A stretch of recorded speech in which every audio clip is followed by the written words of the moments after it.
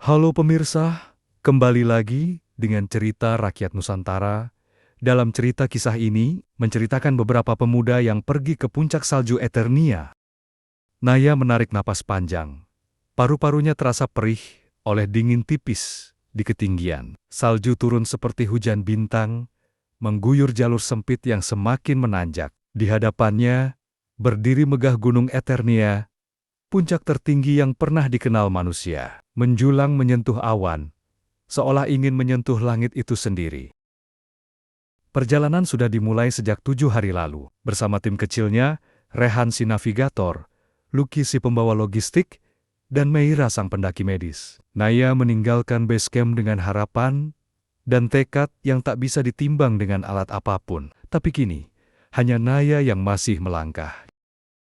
Badai malam keempat memisahkan mereka. Rehan terpeleset di tebing es, tali putus, dan meski mereka mencari berjam-jam dalam gelap, hanya topinya yang ditemukan. Lucky kembali ke titik aman dengan kaki membeku. Meira memaksa Naya untuk terus naik, menyerahkan peta dan kotak medis sebelum mundur sendirian karena cedera bahu. Kini, hanya satu langkah demi satu langkah, angin berteriak di telinganya, menggoda untuk menyerah. Tapi Naya terus menapaki es dan batu, membawa nama-nama temannya di dalam hatinya. Matahari mulai muncul dari balik awan. Dan di kejauhan, Naya melihatnya puncak Eternia. Hanya beberapa meter lagi, tangannya beku, napas tersendat, tapi matanya meneteskan air. Bukan karena lelah, tapi karena tahu, ini lebih dari sekadar mencapai puncak. Ini tentang semua yang telah dikorbankan.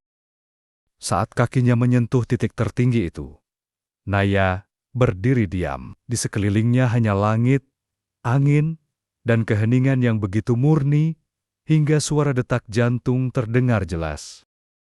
Ia mengeluarkan bendera kecil dari ranselnya. Tulisan di atasnya berbunyi, "Untuk mereka yang tak sempat melihat dunia dari atas awan, kita sampai di sini bersama." Naya menancapkannya, bukan sebagai tanda kemenangan, tapi sebagai pengingat bahwa setiap pendakian bukanlah perlombaan melawan waktu, tapi perjalanan memahami makna hidup yang sebenarnya.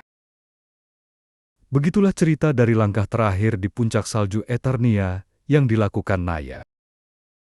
Jadi, pesan moral dari cerita ini adalah puncak tertinggi bukanlah tentang mengalahkan alam, tapi tentang menemukan keberanian dalam kehilangan, keteguhan dalam kesendirian, dan harapan dalam setiap langkah yang terus kita ambil, meski terasa berat.